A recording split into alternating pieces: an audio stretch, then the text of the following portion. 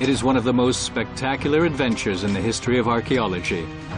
In the early spring of 1873, more than 100 workers dig their way into a plain-looking hill in northwestern Turkey.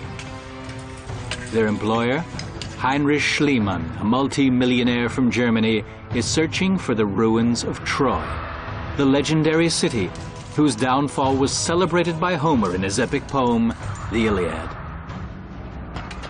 And luck seems to smile on Schliemann. He actually finds a treasure. To him, it is the gold of King Priam. At last he has proven that Troy really did exist. But it wasn't quite like that. Important details in Schliemann's version are part of a skillfully staged legend. An ancient papyrus now reveals which battlefield Schliemann really came across.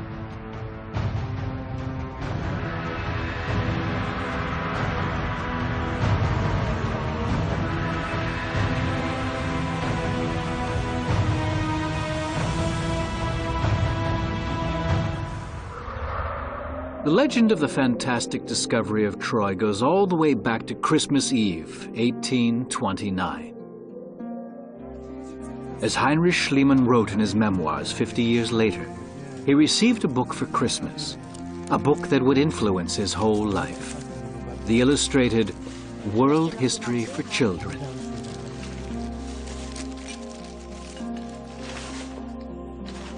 His father had often told him about the Trojan War, about its heroes and the fortress which disappeared from the face of the earth. According to Schliemann, it was on that Christmas Eve that he made up his mind that one day he would excavate Troy.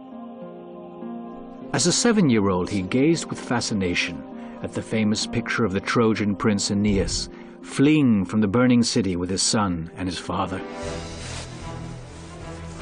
This childlike enthusiasm for Troy is only part of the dramatic story Heinrich Schliemann creates when looking back on his life's work. He blends fact and fiction with remarkable virtuosity. This talented self-promoter exploits the epic of the Trojan War, the founding myth of the Western world, to secure his own brilliant place in history.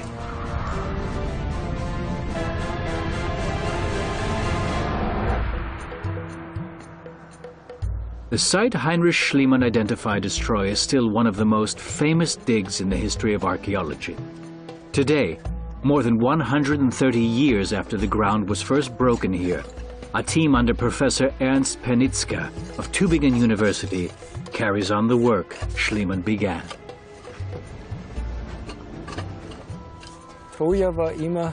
Troy has always been a legend, a gigantic work of literature.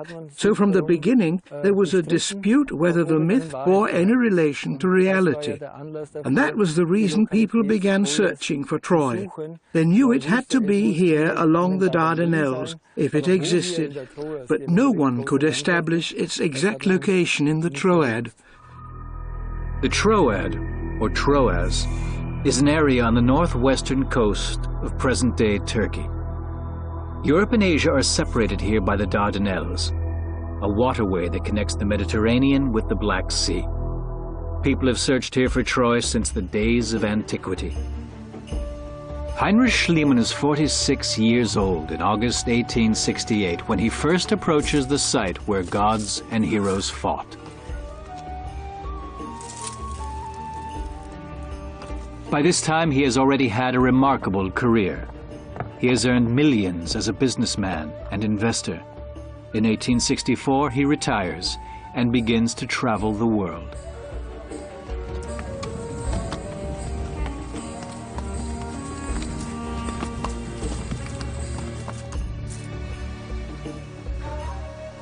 Schliemann has decided to dedicate the rest of his life to science. In the Troad, he searches for the sites described in the Iliad, the masterpiece of his favorite poet, Homer, the greatest author of antiquity.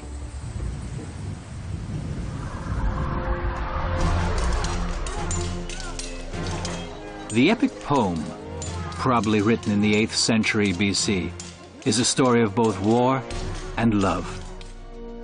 Paris, the son of the Trojan king Priam, abducts the beautiful Helen from Sparta. In order to avenge this dishonor, the Greeks, led by King Agamemnon, sail to Troy with 1,000 ships.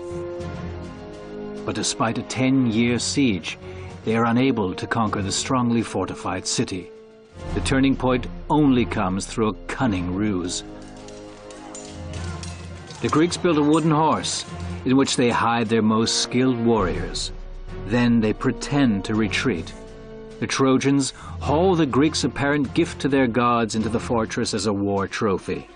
During the night, the invaders climb out of their hiding place and open the city gates. Troy is burned to the ground.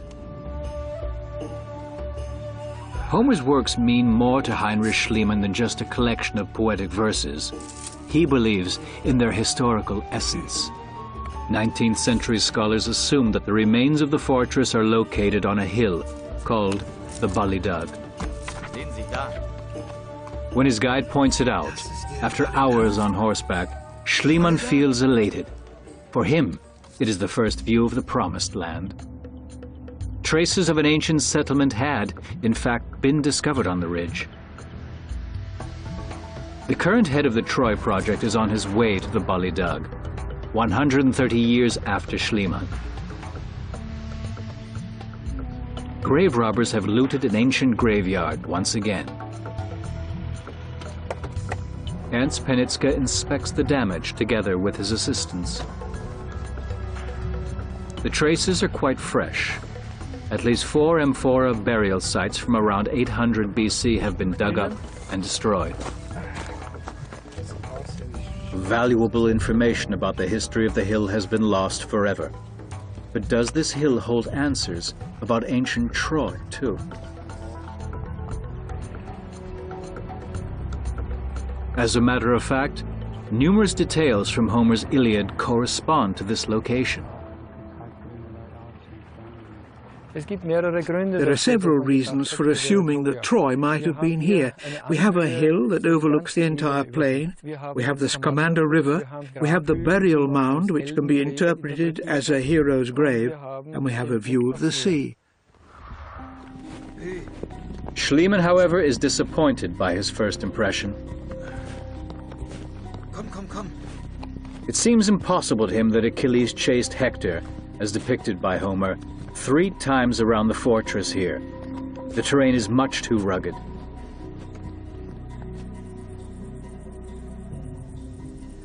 Again and again, Schliemann compares the descriptions in the Iliad with the actual location.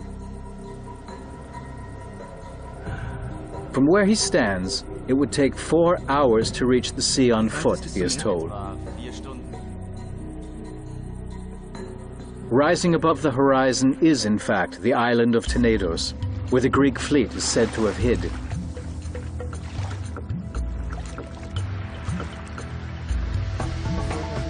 And there is a convenient bay where an entire army could have come ashore.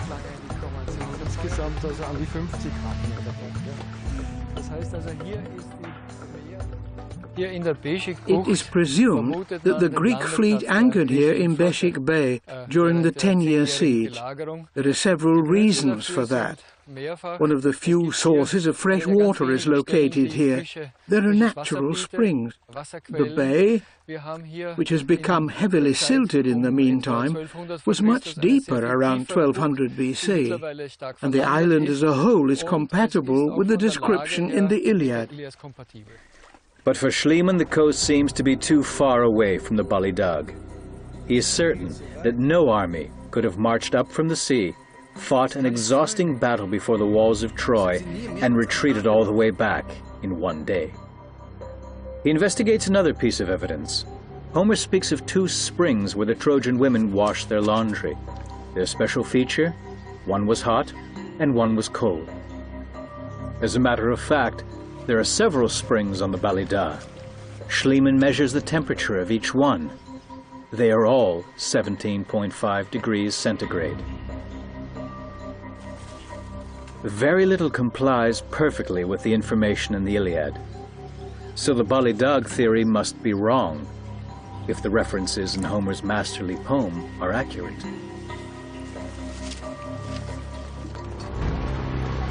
Following his lack of success on the Ballydag, Schliemann has no more clues where to look. Discouraged, he is about to return to Athens, and the story of Troy's famous discoverer would have been over. But Schliemann misses the ship. He waits for the next passage in the coastal town of Çanakkale. And by coincidence, he meets an English diplomat, Frank Calvert, an encounter that will change his life and the history of archaeology. Entschuldigen Sie, sir. Schliemann passes the time reading, and soon he is lost on the verses and imagery of his favorite poem. Seeing the name of the author on the spine of this unknown European's book, Calvert assumes he has found a kindred spirit and introduces himself as a great admirer of Homer's works. Calvert invites Schliemann to his home. Their conversation centers on one topic: Troy. Calvert is an amateur archaeologist. Contrary to the prevailing opinion that focuses on the Ballydag, he believes that the true site of Troy is a few kilometers further on, buried under a hill called Hisarlik. Calvert's enthusiasm revives Schliemann's hopes. Fate, it seems, has given him his second chance. Calvert is so convinced of his theory that he has purchased part of the land, and first test excavations are very promising.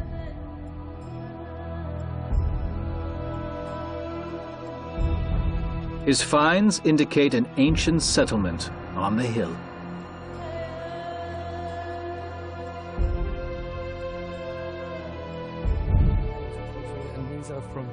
The artifacts salvaged by Frank Calvert are now exhibited in the Archaeological Museum of Çanakkale.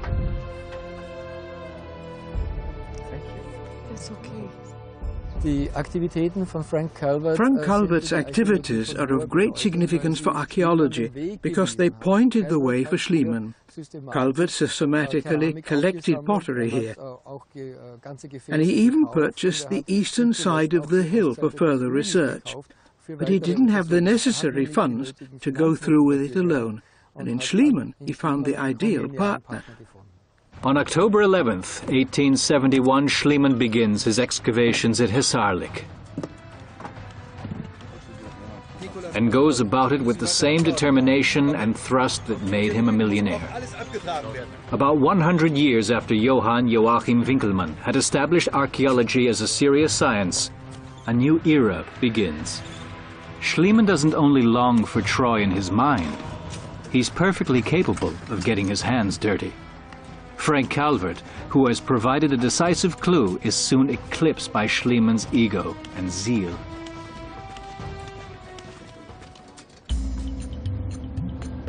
Even today, the idea that the literary origins of the Western world are based on historical foundations has lost none of its appeal.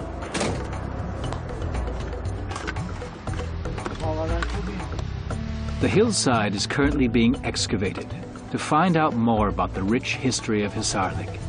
This earth, saturated with myths, continues to give up innumerable artifacts, each carefully documented and registered for posterity.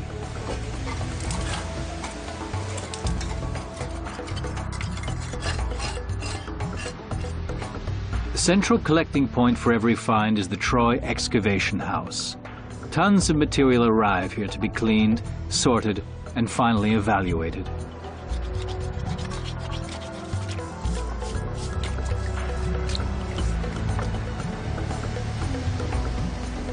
What appears to be an unimpressive pile of refuse to a layman becomes valuable historical data to the expert.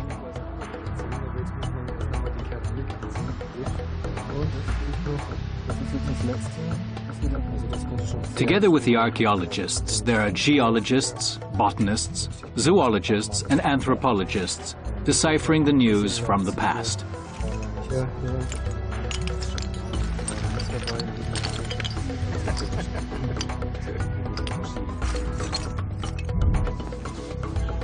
In addition to fragments of artifacts, the occasional human bones are particularly revealing. This skull belonged to a man who was 6 feet tall and didn't die of natural causes. When we discovered the skeleton, we immediately noticed an injury with sharp edges, possibly a clue as to how this person died. It could have been an injury caused by a blow, a sword, or a similar instrument. Was the dead man a victim of the Trojan Wars? Did he fight against the Greeks around 1200 BC? A closer examination offers a different picture. Putting the skull together, we realized that there was a total of 5 incisions.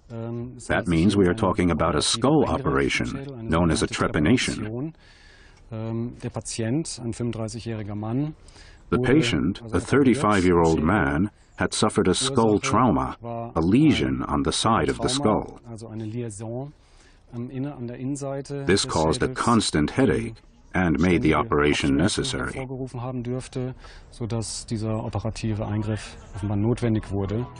Any operation in the Bronze Age was extremely risky.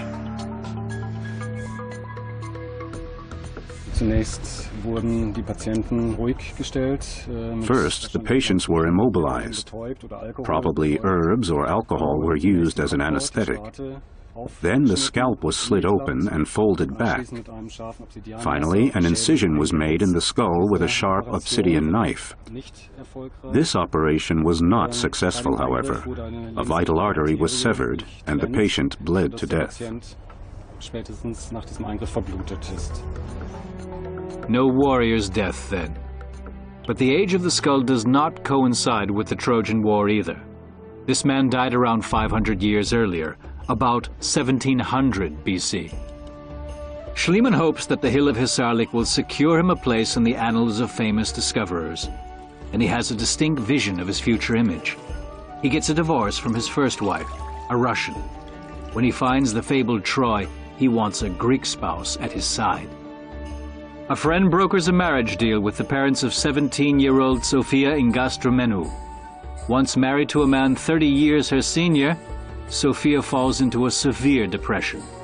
At times she is so unhappy she would rather die, as she confides to a friend.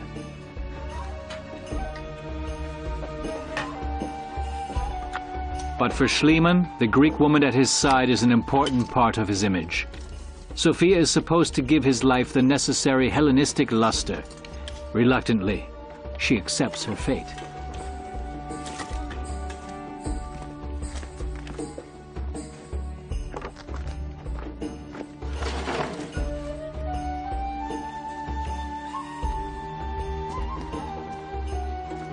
She truly has the story of Troy drummed into her.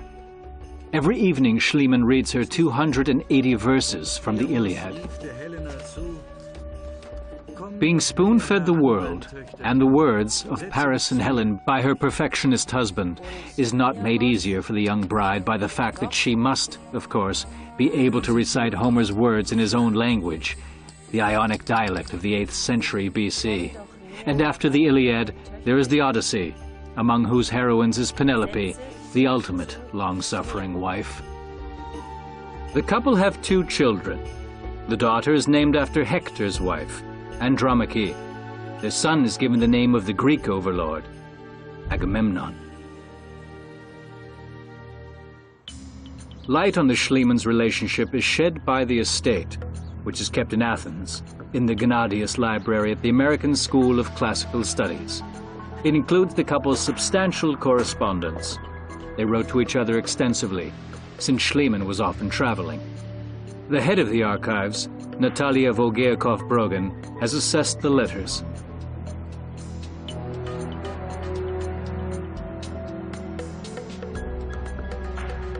It was a difficult marriage. Sophia was only 17 when she married Schliemann, and he was 50 years old and divorced. They had hard times. Early on, she was very unhappy, but they managed to survive and have a successful marriage. They exchanged very many letters. She wrote to him in many languages, in Greek and English. In one of them, we can see that despite the difficulties of the marriage, Sophia expressed her affection to her husband, She signs by saying, "I miss you, dear little Erikaki."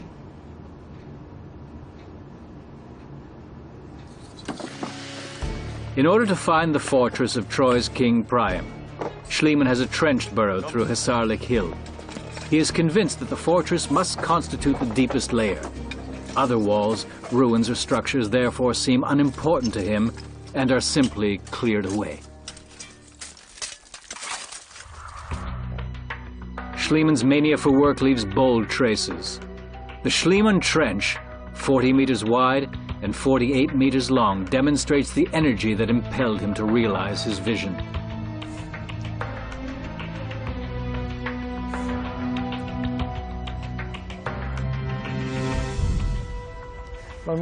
Just picture a hill like this as if it were a cake. There's layer upon layer, and when I want to know how the layers fit together, I cut through it. And that is exactly what Schliemann did.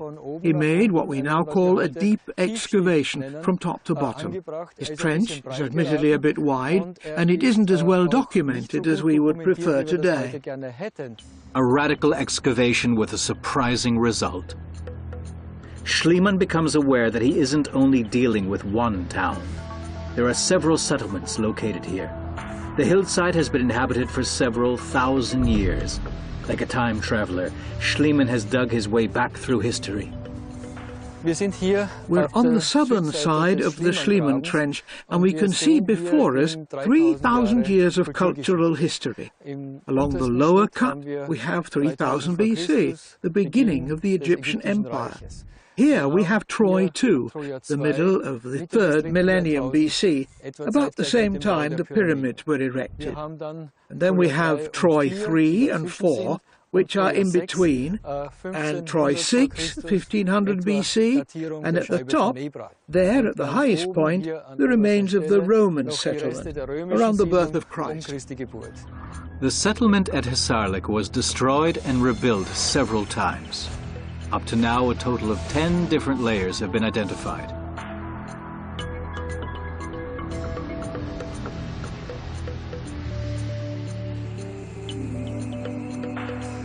At first, Schliemann is helpless. In which settlement layer was Homeric Troy located? The Troy of the legendary war. In the second lowest layer, he discovers scorch marks and the remains of huge walls. In his opinion, everything fits together. The walls surrounded the palace of Priam, and the scorch marks testify to its downfall. His dream seems to be within his grasp, but something is missing: archaeological proof. Sorting out the different phases of settlement on the hill has remained a challenge, even to present-day archaeologists. Every generation built upon the ruins and remains of their predecessors. That is why walls and parts of buildings from different centuries are often discovered close together, within one single excavation segment.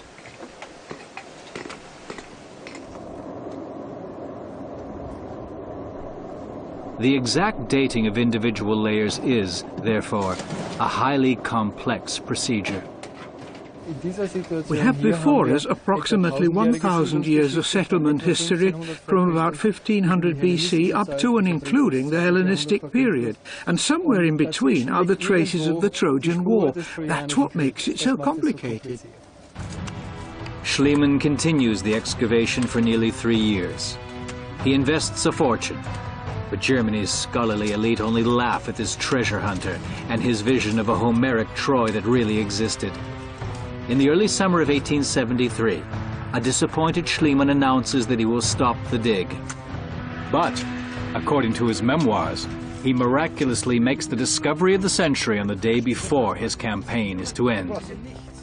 And there's more than just something there, as the workers inform their boss. There's a whole set of delicately worked golden objects buried near one of the city's walls. 8 weeks later, on August 5th, 1873, a German newspaper reports the sensation. Heinrich Schliemann has discovered the treasure of Priam. News spreads around the world. The myth of Troy has suddenly become reality. For Schliemann, the gold is all the proof he needs.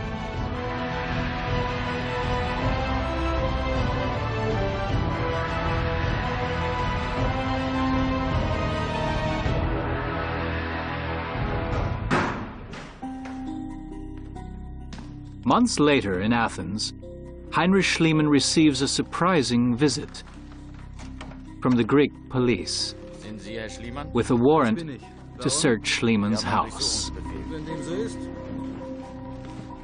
Schliemann had agreed to give half of his finds to Turkey, but after discovering the gold, he wouldn't even think of sharing it.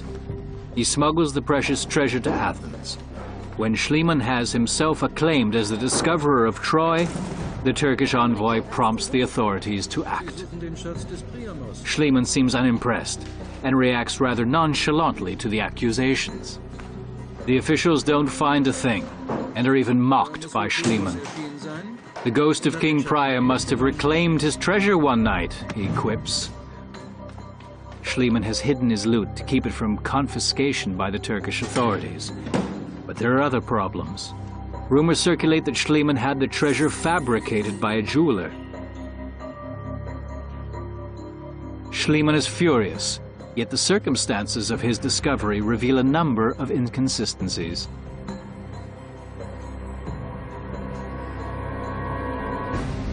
Heinrich Schliemann kept a diary, but one searches in vain for a detailed entry describing how he actually found the treasure of Priam.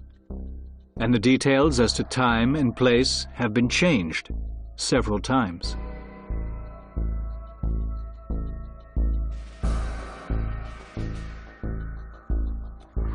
The first report dates the spectacular find to May 31st.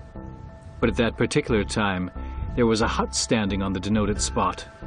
This wasn't removed until a few days later, so Schliemann changed the date of the find to June 7th. The location of the find is also repeatedly corrected. The first notes describe a spot in front of the wall, but somewhere outside the wall doesn't suit Schliemann. So he changes the location from in front of the wall to on the wall. Schliemann wanted the treasure of Priam to be directly on the wall to establish an undisputable connection with what he regarded as ancient Troy. Therefore, he might have changed the actual location of the find, but from the height he recorded, it's easy to piece together the true location, somewhere here along the wall. It was another outright lie that Sophia helped him salvage the treasure. His Greek wife was in Athens at the time of the discovery, attending her father's funeral. Schliemann later justified the fictional role of his wife in a letter to the British Museum. He wanted Sophia to become enthusiastic about archaeology, he wrote.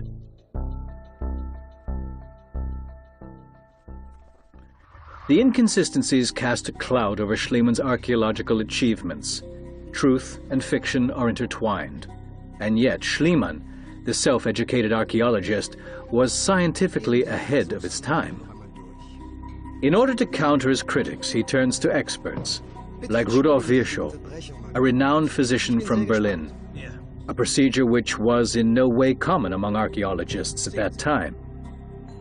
Virchow immediately recognizes the significance of Schliemann's finds and gives the controversial millionaire the academic support he longs for. The debate about the authenticity of the treasure prompts Schliemann to have the objects chemically examined.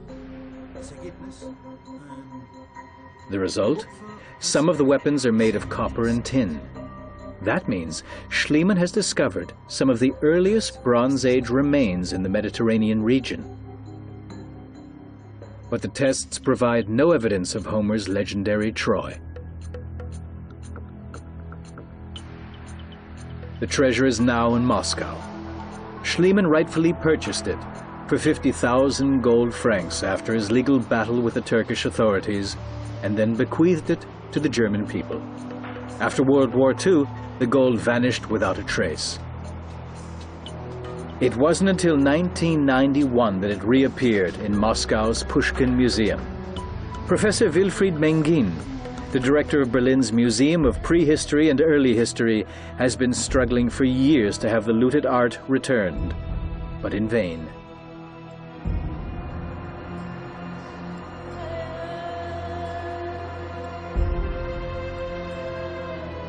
It is unlikely that the so-called Treasure Find A will ever be returned. However, the Russians are willing to cooperate on a scholarly level.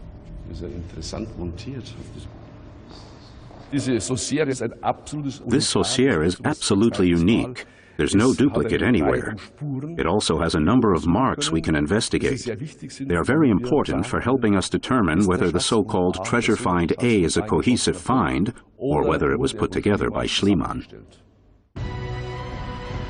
The analysis is intended to shed light on the question: did the gold originally come from one location, or did Schliemann put the find together, using individual pieces to create an impressive effect?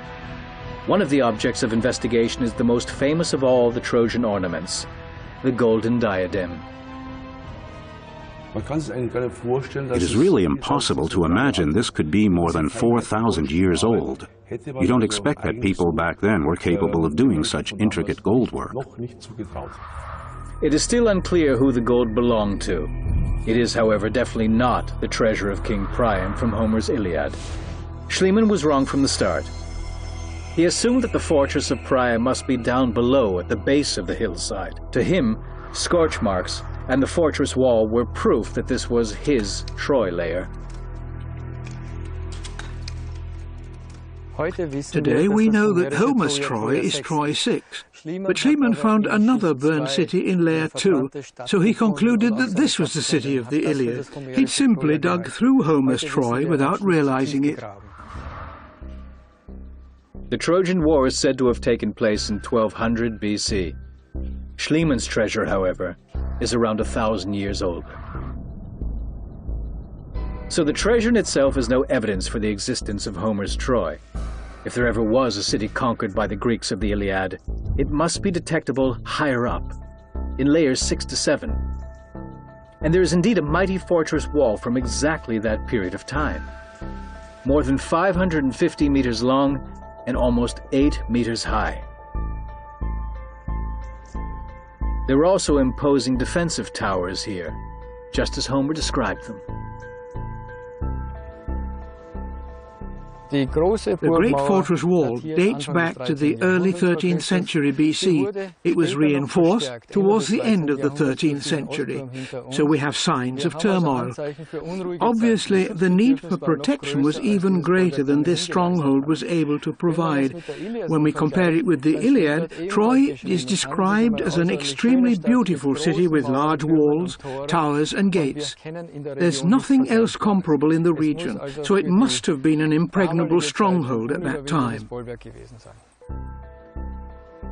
But there is one thing that doesn't match the information in the Iliad. The fortress on Hisarlik is much too small. Homer describes Troy as a metropolis of several thousand inhabitants.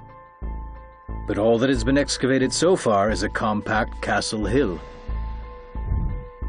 Even Schliemann had his doubts whether this settlement could have withstood a 10-year siege. The question became relevant again in 1988, when archaeologists from the University of Tübingen reopened the excavation in Troy. And they made an amazing discovery on the fortifications. At the gates of the citadel, there is no sign of a bolting device. The particular feature of the gate is that there are no signs of a locking mechanism. The fortifying wall is extremely high and thick, but it leaves an open gap of nearly 3.5 meters, which could easily be entered by a wagon or even by a chariot. That has given cause for thought. Perhaps this wasn't the only fortification of Troy. Perhaps it was thought appropriate to scale it down at a specific moment, and perhaps there was once a lower part of town with its own fortifications.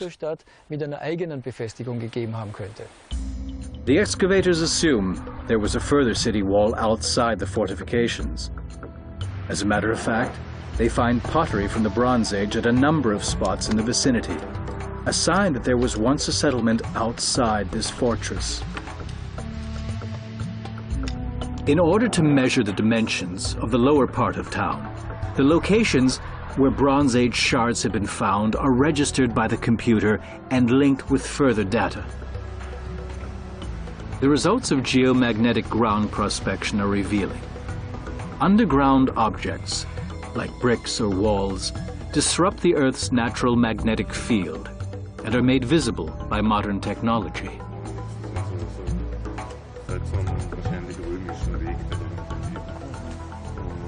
Using geomagnetic prospection, we're able to look between 1 and 2 meters below the ground without having to dig. And here we can see a Roman road system, the so-called insulae of Roman Ilion. That is absolutely clear. But what's exciting is a longish structure which I'm tracing here, and which has nothing to do with the system of insulae. It goes along here, and it is obvious it could have something to do with the defensive system. The archaeologists assume there are more fortifications and start digging small test trenches along the identified line.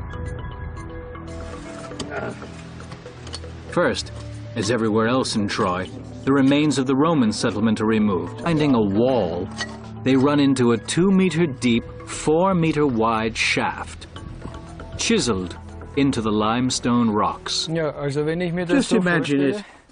I could hardly get up here myself. If I were a Greek wearing my harness, shield, my weapons, it would be very difficult. And if there were a palisade behind it with warriors, I wouldn't stand a chance. The trench continues for several hundred meters through the terrain. The team are convinced that the lower part of the town was quite large and located between the trench and the fortress, and that together they constituted ancient Troy. A city with more than 10,000 inhabitants. 137 years after Schliemann's excavation began, Troy's existence is now proven.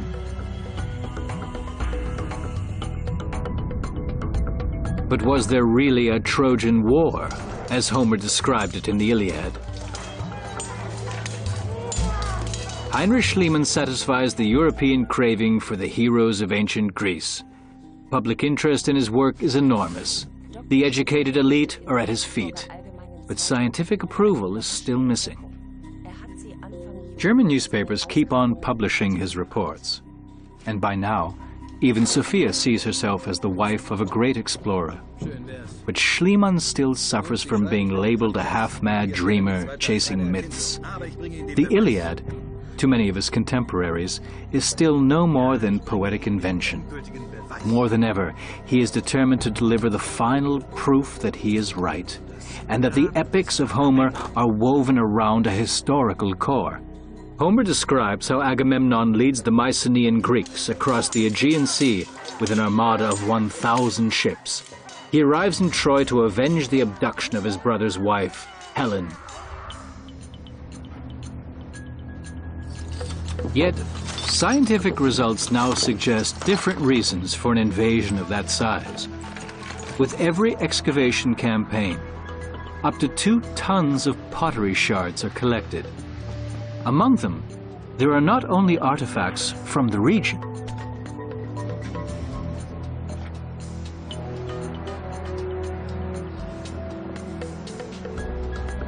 In the ground, there are pottery remains from the entire Mediterranean area, from Greece, Egypt, and Cyprus.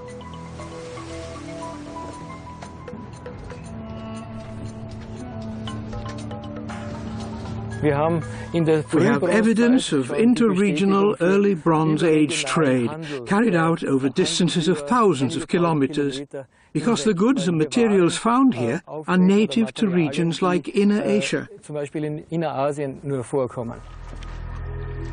Strategically speaking, Troy is ideally situated, near the entrance to the Dardanelles, overlooking an important trade route for ships between the Mediterranean and the Black Sea. Judging from the archaeological finds, this legendary city was already an important trade center in the 3rd millennium BC. There is even evidence of relations with Afghanistan, 4,000 kilometers away. Troy's resulting prosperity would certainly have whetted the appetite of its neighbors.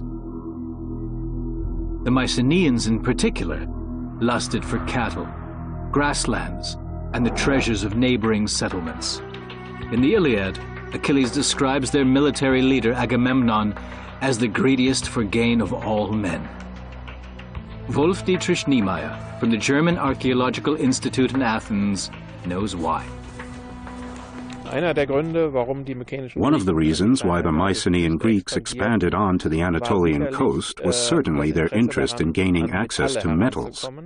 Anatolia is very rich in metal resources, and they needed the metal primarily to produce weapons. For Schliemann, the reason for the invasion of Troy was recounted in Homer's verses: revenge for the abduction of Helen. And he would find Agamemnon, the leader of the Greeks, in his own native land, Mycenae.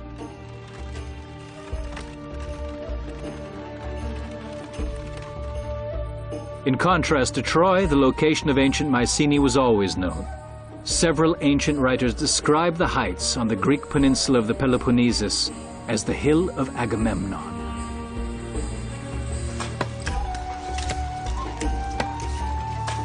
There was another reason for Schliemann to go to Mycenae, in addition to proving the historical reality of Homer's epic poem.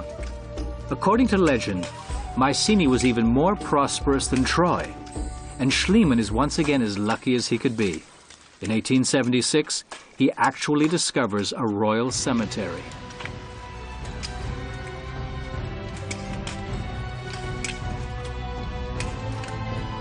His most spectacular find is a mask of pure gold.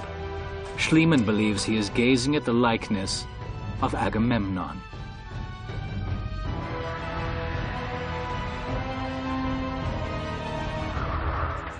With his discovery of the royal tombs, Heinrich Schliemann uncovers Mycenaean culture which had been completely uncharted up to then. And he gives Greece 1,000 years of additional history.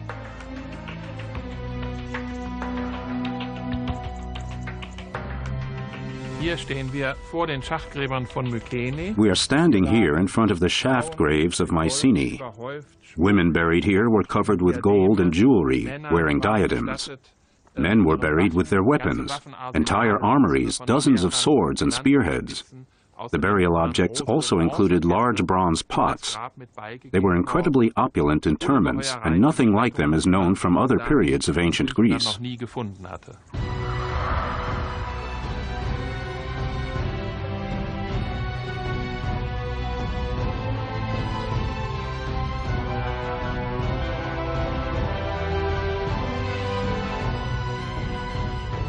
After discovering the gold of Troy, Schliemann has now unearthed the greatest treasure in Greek history, and the body of a great leader.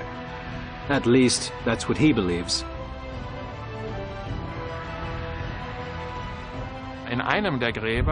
Schliemann found a male body in one of the graves. The man had apparently been buried in great haste, but he still had opulent burial objects and the most beautiful mask of all. So Schliemann was convinced he'd found Agamemnon, that it was the face of Agamemnon that was mirrored in the gold mask. But he's wrong again. The golden mask certainly belonged to an important king, but it wasn't Agamemnon.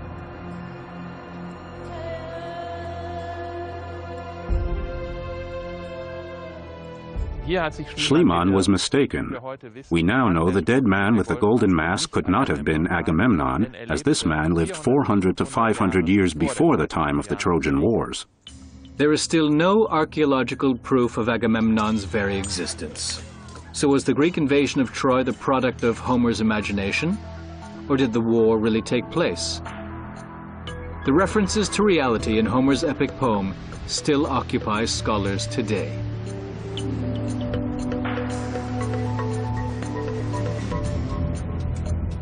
As a matter of fact, half the excavated layers in Troy testify to warlike disputes. This also goes for the layers which chronologically match Homer's tale of the Trojan War.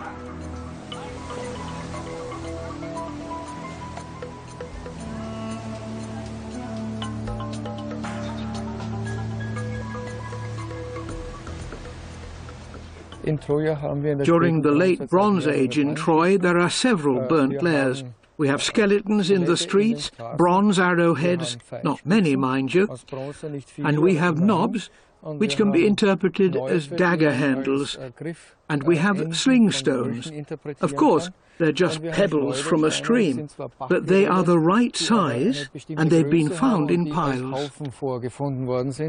Sling stones are the typical weapon of the Bronze Age. They weren't thrown by hand, but with a proper sling. They accelerate to quite a high speed, and their impact can even injure a warrior in armor and wearing a helmet.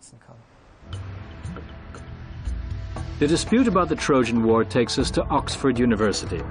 Scholars have been working here for decades, trying to decipher thousands of fragments of papyrus from the Egyptian desert town of Oxyrhynchus. Recently, the remains of a poem from 700 BC were discovered. The verses shed new light on the Trojan War. The lines written by the Greek poet and soldier Archilochos confirm that the Trojan War wasn't just a figment of Homer's imagination.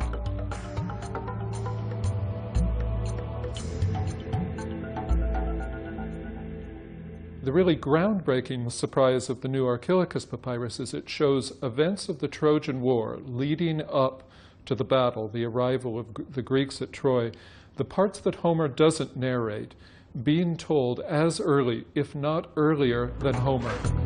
Along with Homer's Iliad, the papyrus is the second source describing the dramatic events of the Late Bronze Age. Archilochus tells in the poem about a defeat in battle of the Greeks on their way to Troy. They got lost, landed on the coast of Asia Minor, just south of Troy, and attacked the city of Mysia, thinking it was Troy. The Greeks, hungry to expand, are defeated, but they return. However, they weren't taking on a mere regional fortress on this Anatolian coast. They faced an ancient Oriental superpower. According to the current state of research, Troy was not part of the region dominated by the Greeks. It was in the Hittite sphere of influence. The only bit of writing found in Troy is a seal with a Luwian inscription, a language used in the empire of the Hittites. This powerful people ruled large areas of Anatolia and Syria during the 2nd millennium BC. They were on equal footing with the great Egyptian empire.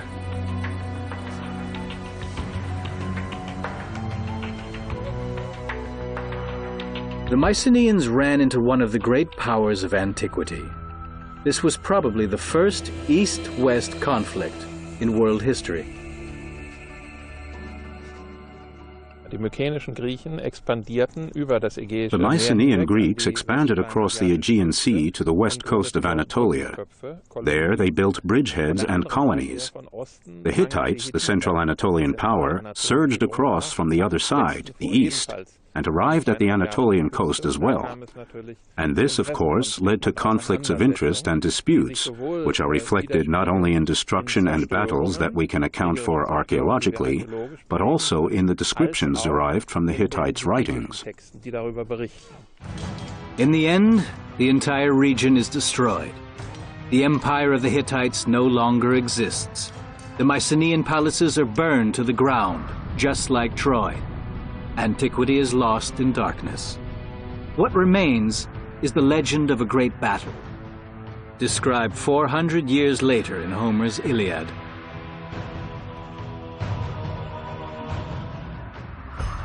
Trusting the lines of the poet, Schliemann searched for Priam's palace, and without realizing it, came across the remains of a great war between Europe and the Orient. People love an outsider. Schliemann's books become bestsellers, and with his spectacular finds, he brings the new science of archaeology into the public limelight. In 1881, he finally receives the recognition he so longed for. Thanks to Rudolf Virchow's intercession, Schliemann is appointed an honorary member of the Anthropological Society and becomes an honorary citizen of Berlin. In exchange, the finds from Troy are taken to Germany's capital. The opening of the exhibition is a national event. The self-made businessman and self-taught scholar has reached the pinnacle of fame. Even the German Kaiser personally expresses his appreciation for the services his dear Schliemann has rendered to the fatherland. This is Schliemann's final bow.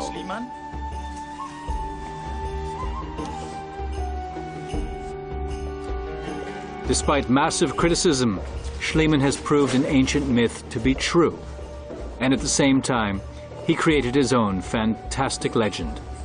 The irony of it all is that, despite his exaggeration, this obsessive explorer came fairly close to describing reality. When Schliemann died in 1890, he knew that he had neither discovered the treasure of Priam, nor had he found the mask of Agamemnon. Nevertheless, he became the most famous archaeologist in the world.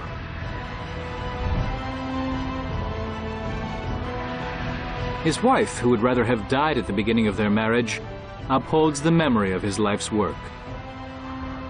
We owe it to Heinrich Schliemann that Troy doesn't just live on as a myth, but is now a real place in the Atlas of world history.